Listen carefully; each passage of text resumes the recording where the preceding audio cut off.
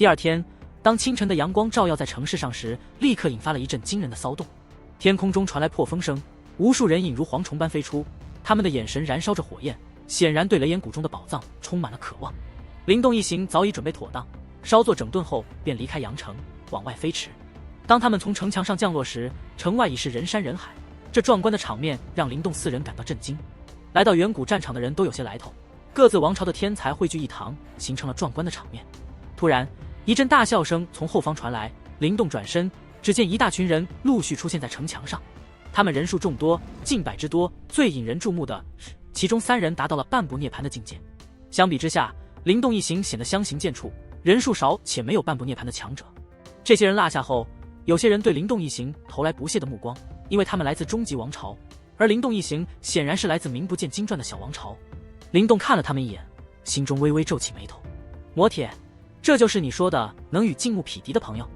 旁边的一名身着红衣的女子问道，她容貌秀美，但脸上带着一丝傲气。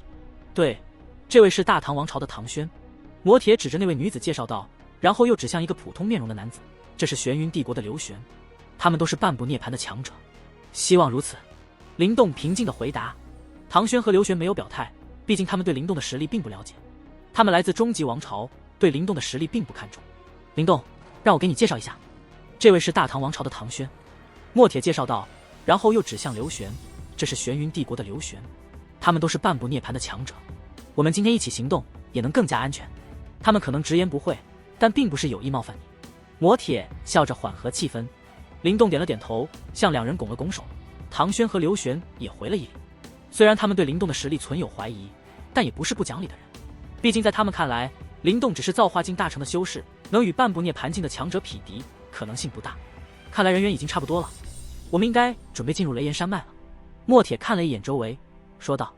灵动点了点头，环顾四周，发现了其他类似他们的团队，这些都是各方王朝相互拉拢的结果，暂时形成了一种盟友关系，就像他们现在的情况一样。突然间，一个熟悉的冷笑声响起。嘿，魔铁，看来你的人脉还不错嘛，这么快就拉拢了这么多人。灵动听到声音，眼睛微微眯起，转身看去，果然看到一大群人朝他们走来，而领头的正是与他有过一面之缘的静木。灵动的目光扫过静木的团队，他不仅看到了海沙，还发现了3位半步涅槃的强者。静木这边竟然有着5位半步涅槃的强者，比起墨铁这边强了不止一筹。静木的声音让魔铁和唐轩的脸色微微一沉，他们与静木之间并不友好，而且静木话语中还透露着嘲讽之意。尽管心中有些恼怒，但面对静木强大的阵容，魔铁3人只是冷哼了一声，没有多说什么。静木用威胁的话语挑衅灵动，他显然对灵动怀有深深的敌意。面对静木的警告，灵动回应的平静而自信，没有表现出任何的畏惧。静木的威胁让墨铁感到不悦，他提醒静木不要过分，但静木并不买账，反而嘲讽墨铁为了一个不相干的人冒险不值得。灵动提出独自行动，以免给墨铁他们带来麻烦，但墨铁坚决反对，表示他们既然选择成为伙伴，就应该共同面对困难。唐轩也表达了类似的观点，虽然他的话语中带有一定的优越感，但他的意图是希望灵动能够加入他们，共同应对可能的危险。灵动对魔铁和唐轩的回答感到意外，他们的坚定立场让他对这些新伙伴有了一定的信任。尽管他们之间只是初次相识，但他们愿意在得罪静木的情况下与灵动保持联盟，这让灵动感到他们的诚意。最终，魔铁鼓励灵动不要推辞，他们一起动身前往雷岩谷。魔铁的行动迅速，他率先跃下城墙，向着雷岩山脉的方向飞去，唐轩和其他伙伴紧随其后。灵动摊了摊手，示意莫林3人跟上，然后跟着他们一同离开了城墙。静木能够组织起4位半步涅槃强者，可见他的能耐不小，但如果他有什么歹意，灵动也不介意在雷岩山脉中与他们决一死战。雷岩山脉的壮丽景象令人叹为观止，其险峻的山峰高耸入云，仿佛是大地的支撑柱，而山间传来的兽吼声更显得这片地狱的凶险。作为附近数万里内著名的地狱之一，雷岩山脉以其庞大的妖兽数量和深处的涅槃境妖兽而闻名。通常情况下，人们都不敢轻易涉足这片禁地。然而今日的情况显然与常态不同，大批人群如蝗虫般涌入山脉，引发了一阵骚动。随着人群的涌入，山脉中响起了一阵阵惨叫和嘶吼声，表明着吐着妖兽的反抗。面对这些凶猛的妖兽，即便人数众多，也遭遇了不少麻烦。然而灵动一行人并没有冒进，而是选择留在人群内部，避免过多的风险。尽管他们也遇到了一些妖兽的袭击，但幸运地避开了致命的威胁，没有受到太大的阻碍。魔铁一拳击毙了一头凶猛的妖兽，但即便如此，妖兽的余力仍然让他的衣衫受损。林动环顾四周，听到了四处传来的搏杀声，空气中弥漫着血腥味，这让他意识到雷岩山脉的凶险远不止于此。唐轩提醒众人，真正的考验将在夜晚到来，那时妖兽将变得更加凶悍，而他们的力量将受到夜色的压制。墨铁决定在夜色降临前扎营设防，所有人团结一致，共同抵御即将到来的妖兽攻击。林动注意到，尽管阳城的各方人马众多，但他们并非团结一致，而是形成了各自的小圈子。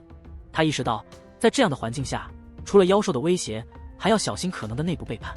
魔铁低声提醒林动，夜晚时要多留心，因为除了妖兽，他们还可能面临来自静木等人的暗算。林动的目光投向静木所在的方向，那阴冷目光让他明白，静木不会轻易放过他们的。片刻后，半空中突然传来破风之声，众人抬头望去，一大批身影掠过，他们来自大元王朝，底蕴深厚，引起了众人的震惊和不安。林动得知这个消息后，心中有些明悟，原来大元王朝曾是高级势力，实力不可小觑。随后，魔铁介绍了凌云王朝，又一强势存在，尽管只是中级王朝，但领袖实力非凡，引发了林动的思考和警惕。面对这两股强大势力，魔铁感叹自己所在的中级王朝或许只能做事，而林动则保持了乐观态度，心怀必得之志。随着大队前进，雷岩山脉充满了妖兽的骚扰，前行速度减缓，紧张的气氛逐渐弥漫。夕阳即将西下，大家开始搭建营地，准备迎接夜晚的考验。这是他们前往雷岩谷的第一次考验，如果连今夜都过不去，就别想着夺取远古秘宝了。暴雨即将降临，笼罩着整片天空，各个营地迅速搭建起来，篝火熊熊燃烧，照亮了周围数百里的山脉。林动等人静静地坐在营地里，周围弥漫着紧张的气氛。他们都放着准备好的武器，面对着未知的威胁，无人敢轻言一语。在这山脉中，没有城市的地势可依，每个人都感受到了无所依靠的孤独与不安。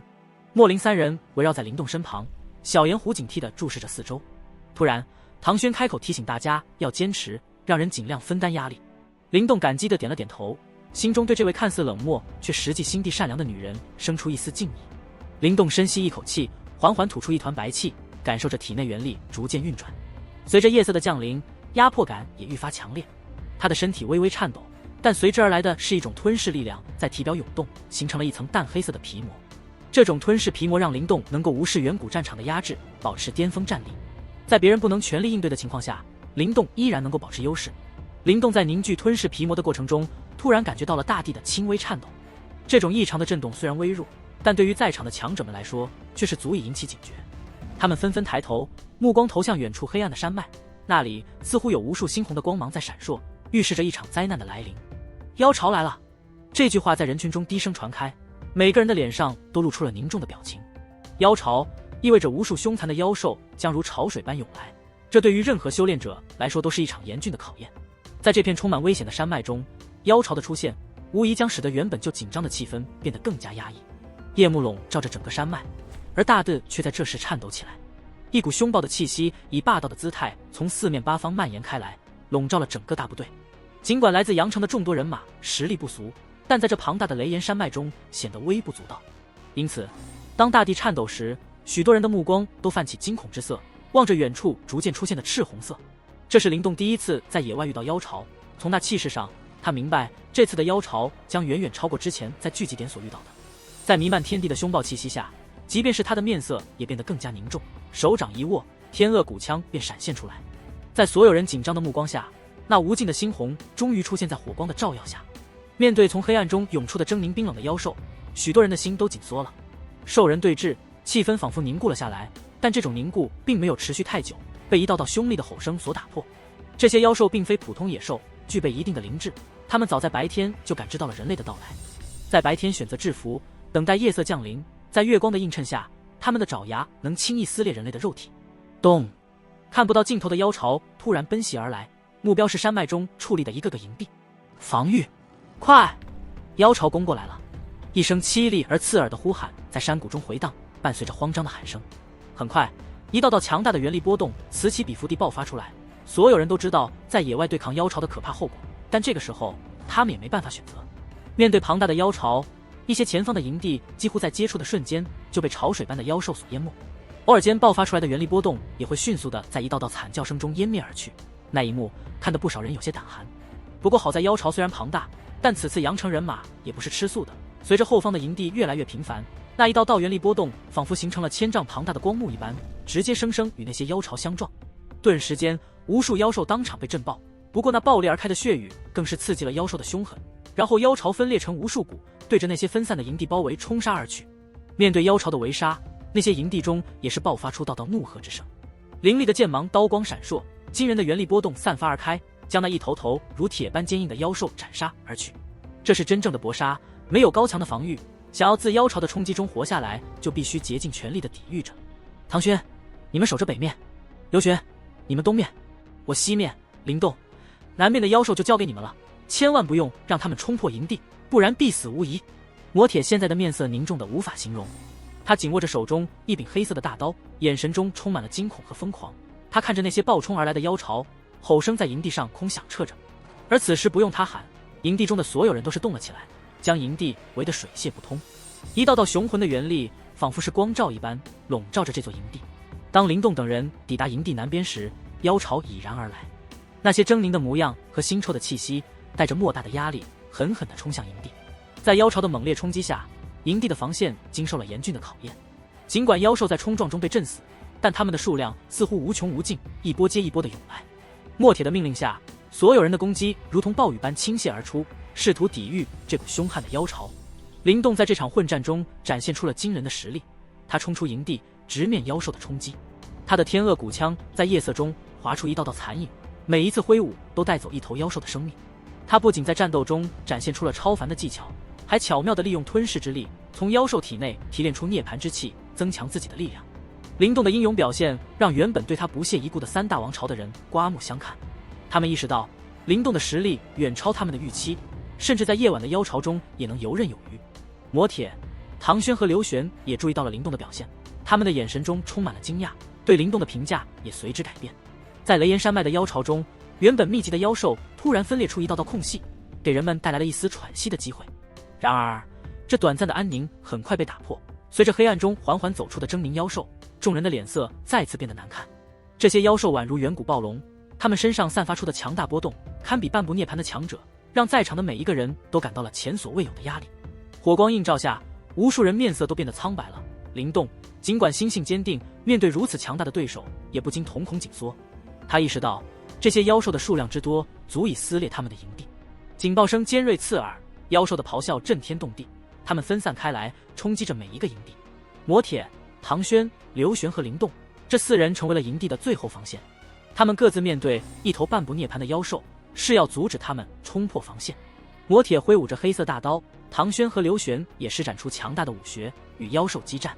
灵动作为营地南边的守护者，面对着一头狰狞的妖兽，在众人紧张的目光中，他手持骨枪，身形灵动，如同青烟般避开妖兽的攻击。